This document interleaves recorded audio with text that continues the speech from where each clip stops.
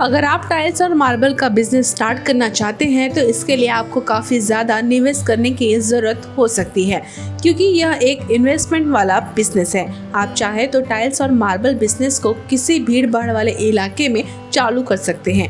अगर आप ऐसा करते हैं तो आपका बिजनेस काफ़ी लंबे समय तक चलेगा और आपकी सेलिंग भी तगड़ी होगी। अगर आप उचित दाम पर अपने ग्राहकों को टाइल्स और मार्बल की सेलिंग करते हैं तो आपके ग्राहक आपके साथ बन जाएंगे, जिसके कारण आपको अपने बिजनेस में प्रॉफिट होगा। टाइल्स बिजनेस से हमारा मतलब टाइल्स की मैन्युफैक्चरिंग या फिर इसका निर्माण नहीं है, बल्कि हम यहाँ पर ऐसे बिजनेस के बारे में बात कर रहे हैं जिसमें आपको अपनी दुकान या फिर अपने शोरूम की सहायता से टाइल्स और मार्बल को बेचकर मुनाफा कमाना होता है।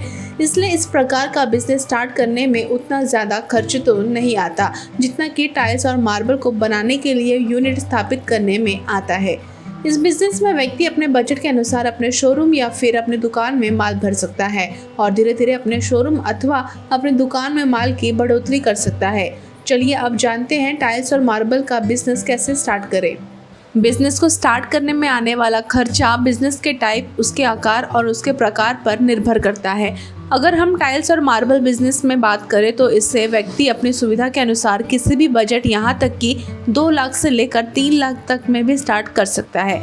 यह इसलिए पॉसिबल है क्योंकि इस बिजनेस को स्टार्ट करने में आने वाला मुख्य इन्वेस्टमेंट मार्बल और टाइल्स को खरीदने में ही होता है, क्योंकि यही आपका मुख्य प्रोडक्ट होता है जिसकी आपको सेलिंग करनी है और इसका फ़ायदा कमाना होता है। अगर व्यक्ति टाइल्स और मार्बल सप्लायर से ज़्यादा मात्रा में माल की डिमांड करता है तो कभी कभी टाइल्स और मार्बल सप्लायर उसे डिस्काउंट भी देते हैं।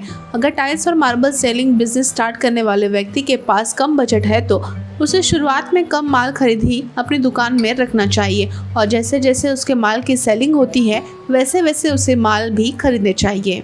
अगर व्यक्ति टाइल्स एवं मार्बल सेलिंग बिजनेस छोटे लेवल पर चालू करना चाहता है तो उसके लिए उसे किसी भी प्रकार के लाइसेंस या फिर रजिस्ट्रेशन की ज़रूरत नहीं पड़ेगी, परंतु यह बिजनेस कंस्ट्रक्शन फील्ड से जुड़ा हुआ है जहां पर किसी भी एक कस्टमर को बड़ी मात्रा में टाइल्स और मार्बल की ज़रूरत होती है।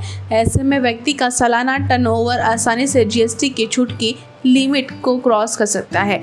इसलिए व्यक्ति को अपनी दुकान को जीएसटी के तहत रजिस्ट्रेशन करवाना चाहिए, लेकिन इसके अलावा उसे इस बात का भी पता कर लेना चाहिए कि लोकल लेवल पर उसे टाइल्स और मार्बल के बिजनेस को स्टार्ट करने के लिए कहीं किसी प्रकार के लाइसेंस अथवा रजिस्ट्रेशन की आवश्यकता तो नहीं। वैसे टाइल्स और मार्बल बिजनेस को स्टार्ट करने के लिए आपको लाइसेंस लेने की आवश्यकता पड़ सकती है।